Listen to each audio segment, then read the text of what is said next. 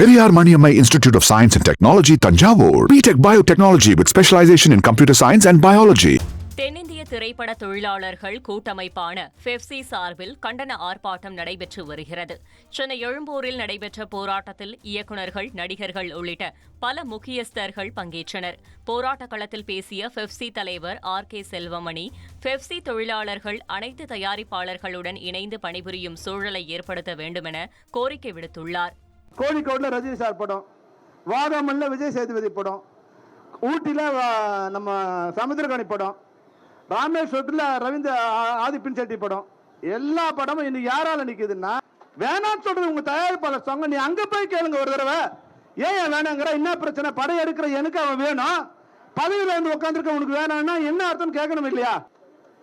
அரசே, நாங்க எங்களுடைய உறுப்பினர்களை மிகவும் கஷ்டப்படுத்தி கண்ட்ரோல் பண்ணி அமைதியான சூழ்நிலையில் வச்சிருக்கோம். தயவு செய்து பெப்சி மறுபடியும் சுமூகமாக அனைத்து தயாரிப்பாளர்களுடன் இணைந்து பயணிக்கின்ற ஒரு சூழ்நிலையை சம்பந்தப்பட்ட அனைவரும் ஏற்படுத்தி தர வேண்டும்.